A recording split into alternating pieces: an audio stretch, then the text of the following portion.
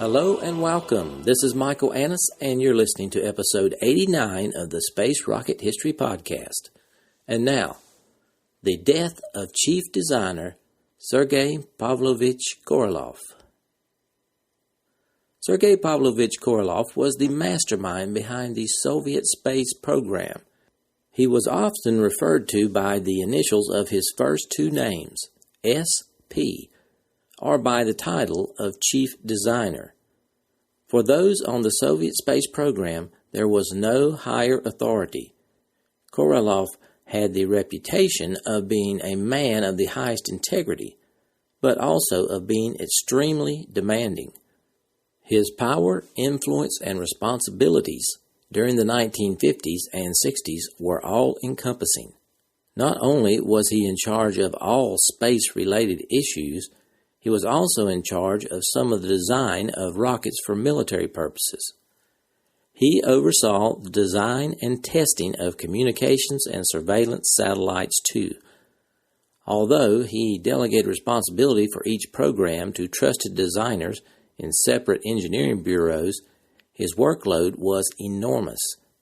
He was the one responsible for all the programs, including the Soviet equivalent of NASA, which was called the Ministry for Medium Machine Building. Korolev's single-handed mastery in all these different fields was not publicly acknowledged, but it never seemed to bother him. If he had been known publicly, that might have interfered with his work. He appreciated more than most the Kremlin's fears that an attempt might be made on his life by the enemies of the Soviet Union if his identity and importance to the Soviet space program were ever revealed. In fact, the Soviets were so concerned with his safety that wherever Korolev traveled, a so-called secretary was always with him, and the secretary was really a bodyguard. Korolev was a very profound thinker, but he was tough. He did not suffer fools gladly. He had the ability to silence a person with the smallest gesture of a hand. Everyone around him was on pins and needles, afraid of making a wrong move and invoking his wrath. He was treated like a czar. But it was not always like this for Korolev. Much of his life was filled with struggle, hardship, pain, and suffering. It is little wonder why he only lived 59 years. I want to begin by covering Korolev's early life. Some of this information was covered way back in episode 6, so this first part is a little review with some additional details that have not been covered yet. Korolev was born in Zhytomyr in the present-day Ukraine on January 12, 1907. His father, Pavel, was a Russian, and his mother, Maria, was Ukrainian. 3 years after his birth, his parents separated due to financial difficulties. Korolev's mother told him his father had died, and Korolev never saw him again. Korolev grew up in Neshin under the care of his maternal grandparents. His mother had wanted higher education, so she was frequently away attending women's higher education courses in Kiev. As a child, Sergei was stubborn, persistent, and argumentative. He was a lonely child with few friends. He experienced a lot of bullying and teasing from other children. Perhaps this is what motivated him to become a good student. He excelled in math and other subjects. He also began to read at a very early age. In 1915, his mother was officially divorced from Korolev's father, and in 1916, she remarried Grigory Balanin, an electrical engineer with a German education, attending the Kiev Polytech University. Korolev's stepfather was a good influence on Sergei. In 1917, the family moved to Odessa after Korolev's stepfather got a job with the regional railway. In 1919, there were severe food shortages, and Korolev suffered from a bout of typhus. In 1922, as Odessa was still recovering from the Russian Revolution, Sergei passed qualifying exams for a senior year at the Odessa Professional Construction School, which was an equivalent to a community college in the West. Here he met his future wife, Ksenia Vincentini. At the time, Sergei was already interested in aviation, and in 1923 he joined the Society of Aviation and Aerial Navigation of the Ukraine and Crimea. By joining the Odessa Hydroplane Squadron, he had his first flying lesson and also had many opportunities to fly as a passenger. In 1924, Korolev personally designed a glider called the K-5, which was accepted by the Society of Aviation as a construction project. Also in 1924, Korolev transferred to the Kiev Polytech Institute, where he joined a group of glider enthusiasts. He was allowed to fly the training glider on which he worked, but ended up with 2 broken ribs.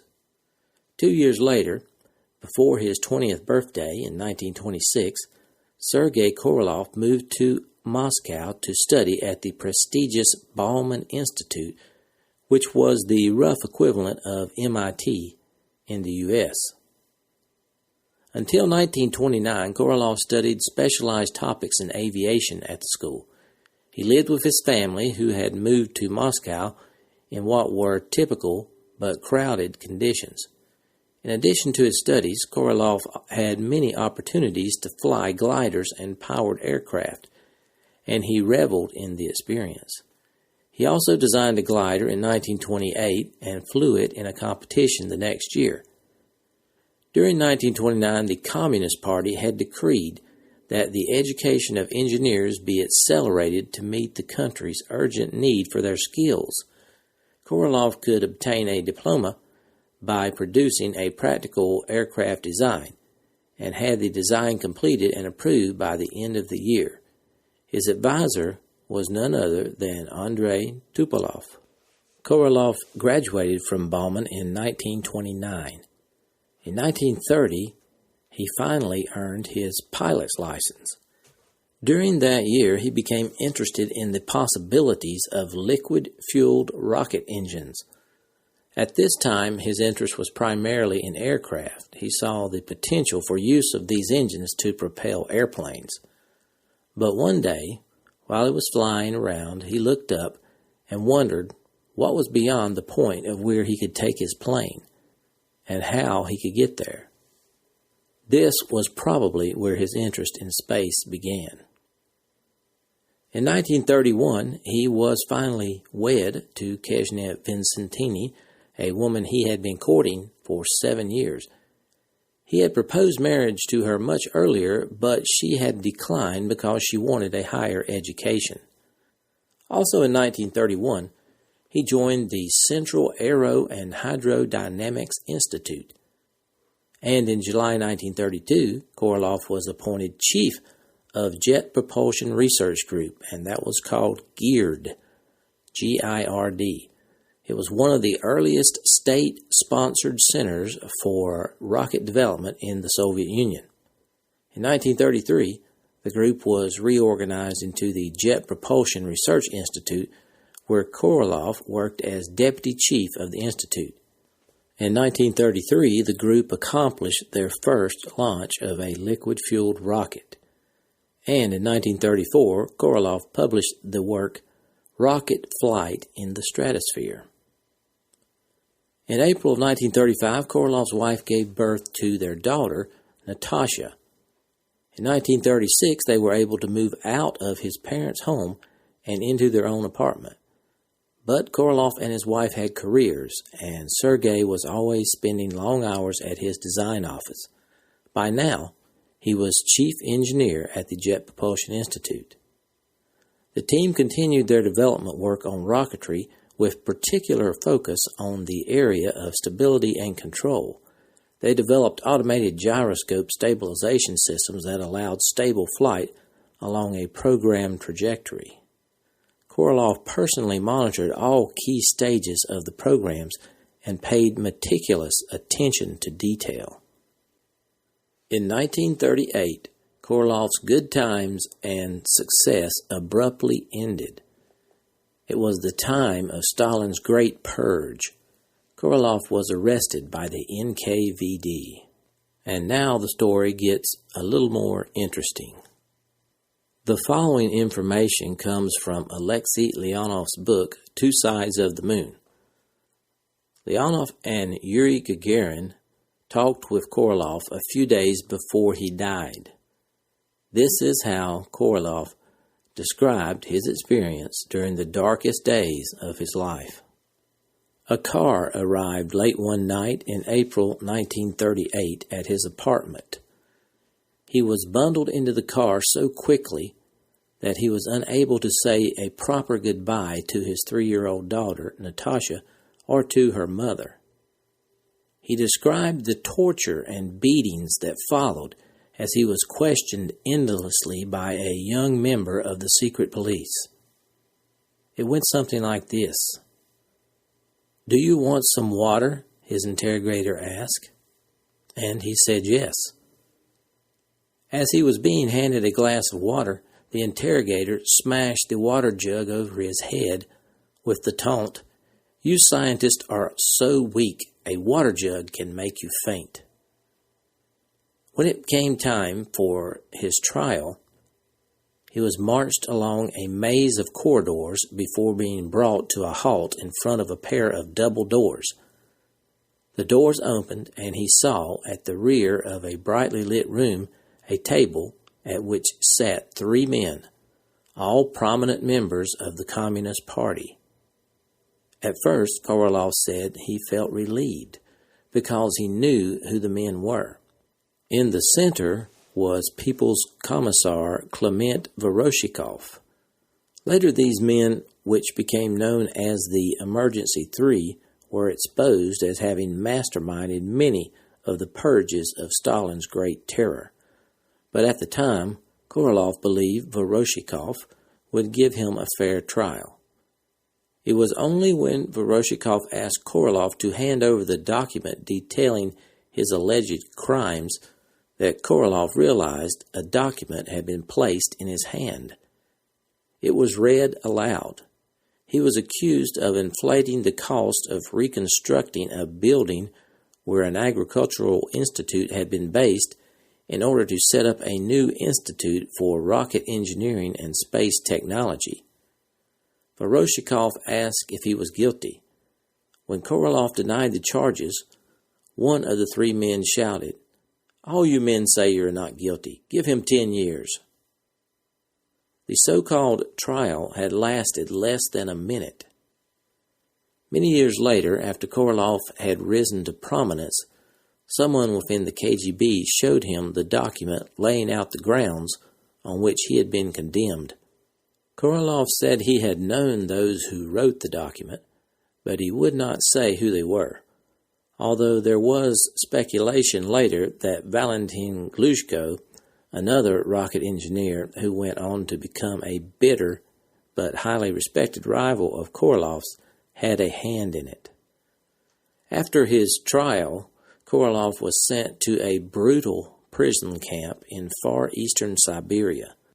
Korolev spent months there in midwinter cutting trees and working in the mines.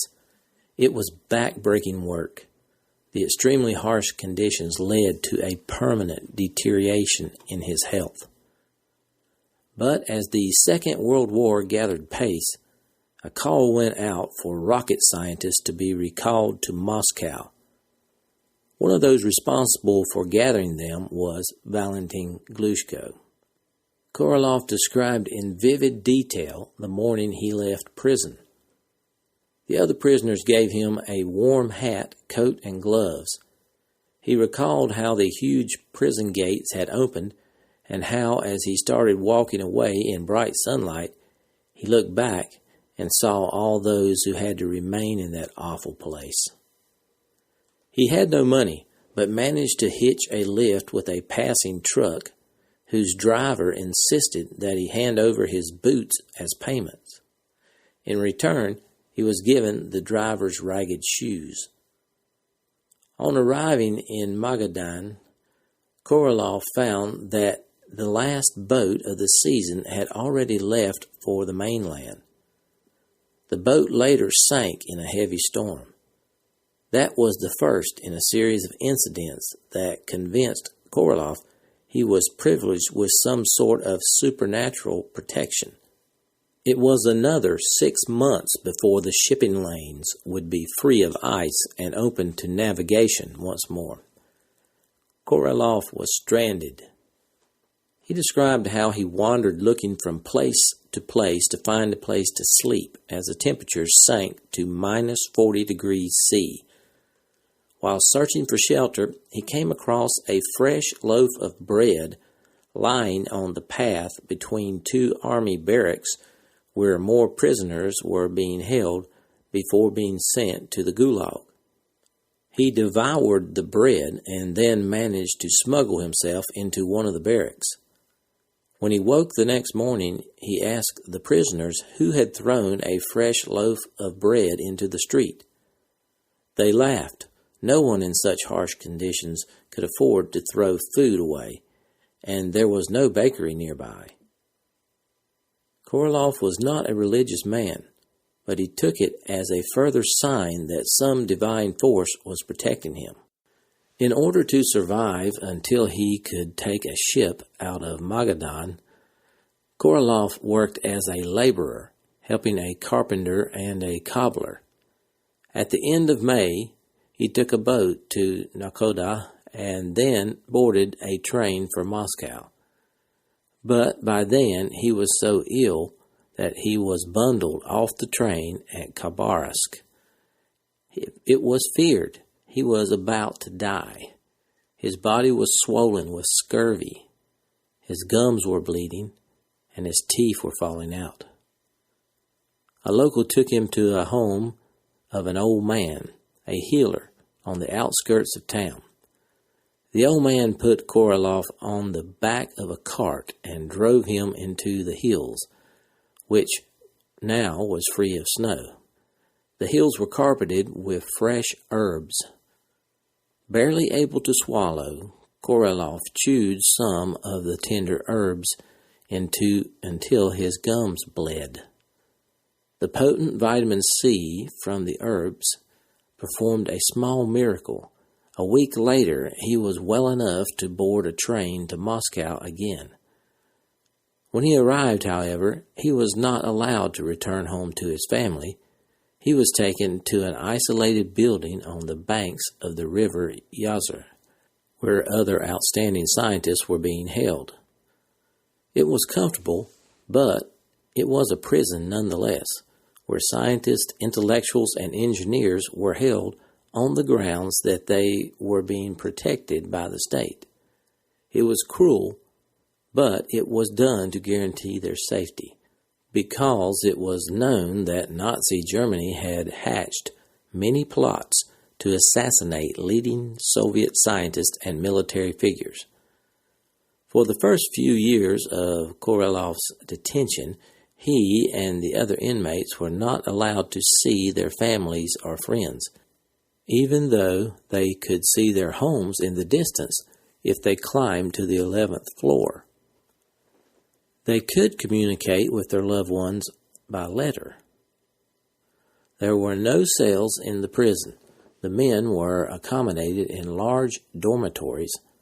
They were fed well, and in their free time they were allowed to exercise in a fenced-in area they called the monkey place. The group had to dedicate themselves entirely to the war effort. They designed many new rockets, missiles, and aircraft.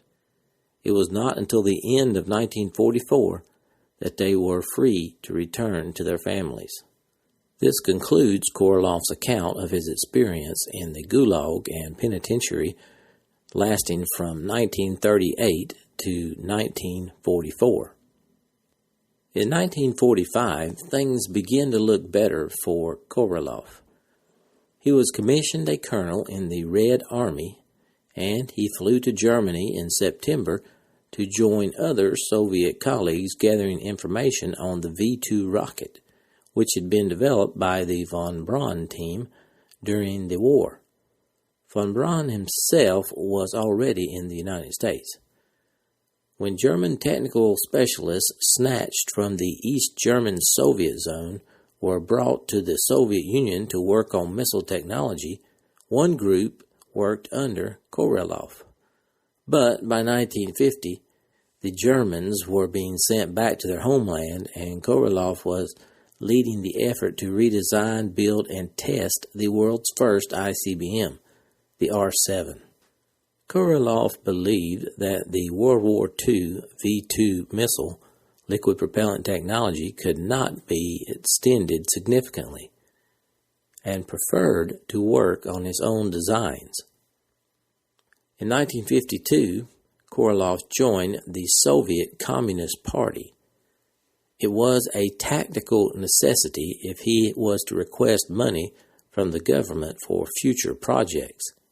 It took until 1957 for the government to finally declare that Korolev was fully rehabilitated, and that the sentence he received was unjust. Later in 1957, the world was awed by the orbiting of the first artificial satellite, Sputnik. Less than 2 months before that, the R-7, which launched Sputnik, made its first successful test for its intended purpose, carrying a dummy warhead. For the Soviet Communist Party chief Nikita Khrushchev, the urgency was for the military capability. The leap into the space age for the Soviet leadership was useful merely as a publicity stunt to prove the superiority of the Soviet system to capitalism. The Soviet regime was constantly an obstacle to Korolev's plan for the orderly progression of new space capabilities. The Soviet government funded design bureaus that were developing competing designs to Korolev's in everything from second-generation ICBMs to moon rockets, which created confusion and inadequate funds for everyone. The regime and Khrushchev personally made outrageous demands on the chief designer to meet deadlines for space first, based on political considerations such as speeches before the United Nations or concerns about when the United States would do it. In addition, the Soviets demanded total secrecy for Korolev. Unlike his counterpart in the U.S., Wernher von Braun, who became a widely recognized proponent of space exploration through magazines, newspapers, and television in the early 1950s, Sergei Korolev's name was not known outside the circles of the Soviet government, the military, and his colleagues who were involved with the space program until after his death. Although intelligence services in the West knew there was a chief designer, his name was never made public. He was not seen in photographs with the cosmonauts, nor at state ceremonies where awards and medals were bestowed upon those recognized for their contributions. Yet, he was the man most responsible for their successes.